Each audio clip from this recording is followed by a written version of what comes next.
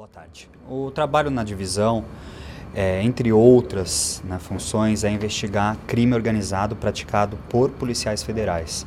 Ou seja, dentro da instituição, como em qualquer outra, né, nós temos também nossas mazelas. E o objetivo é justamente apurar condutas criminosas praticadas por grupos organizados dentro da Polícia Federal. A Polícia Federal ela se tornou conhecida, né, pela cultura de cortar na própria carne, né? Isso serve de exemplo para outras instituições? Quais são os reflexos para a corporação?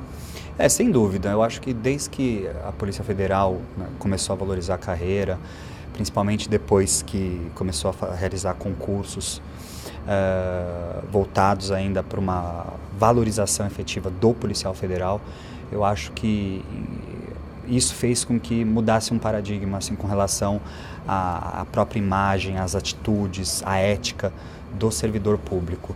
Então, eu não digo que o objetivo é cortar na própria carne, mas efetivamente lutar por um país mais justo, mais honesto, que tenha efetivamente uma condição digna de viver, tendo em vista todas essas mazelas que a gente encontra no Brasil.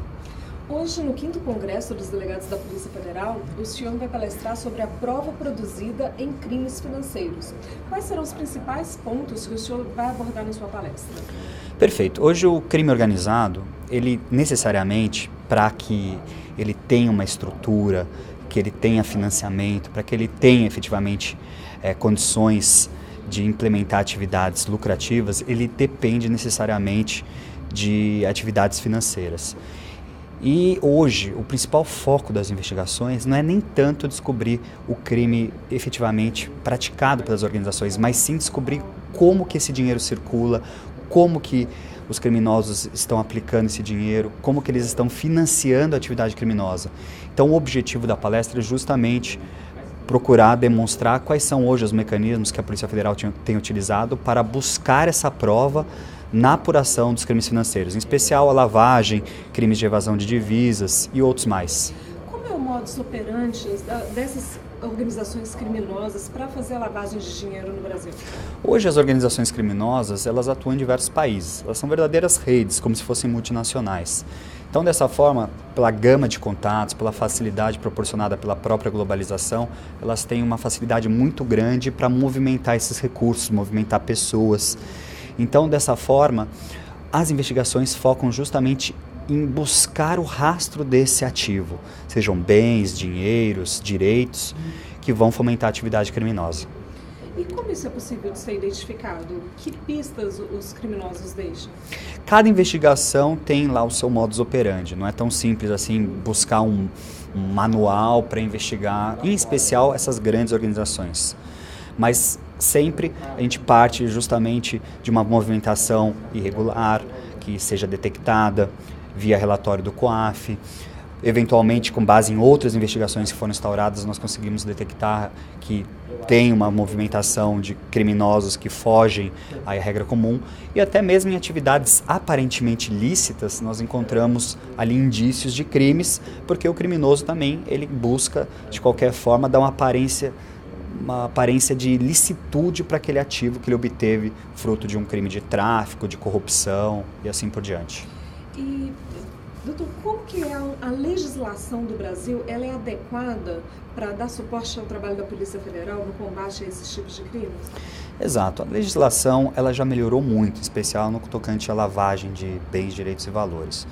Mas ela ainda carece aí de novos mecanismos que possibilitem ferramentas mais modernas, atuais, para se combater a criminalidade, porque a gente percebe hoje que muitas das ferramentas, muitas das técnicas investigativas, elas ainda deixam um pouco daquele método tradicional de investigação como seu resquício. Então a gente procura sempre inovar, seja na jurisprudência, criando novos métodos, só que é difícil, muitas vezes a lei não ampara e gera eventualmente aí divergência nas decisões judiciais. Então a gente vive hoje um momento que eu diria que é assim um limbo entre garantismo e entre proteção ao cidadão. Então hoje o foco é justamente focar nessas novas técnicas e, ao mesmo tempo, a Polícia Federal, junto com o Ministério Público Federal e outros órgãos públicos, tem lutado por uma reforma da legislação que realmente é necessária. E que instrumentos seriam necessários para garantir essas boas investigações? Eu acho que o principal é regulamentar essas novas técnicas, essas modernas técnicas de investigação. Porque hoje, quando nós falamos em ação controlada, infiltração policial, monitoramento de sinais, nós sabemos que são técnicas necessárias, são fundamentais para conseguir identificar efetivamente os grandes financiadores, aqueles que estão no topo da organização criminosa, mas por outro lado a gente percebe que pela falta de uma regulamentação, muitas vezes chega nos tribunais superiores essa questão e toda investigação, todo o processo é anulado por justamente não ter uma lei que os ampare.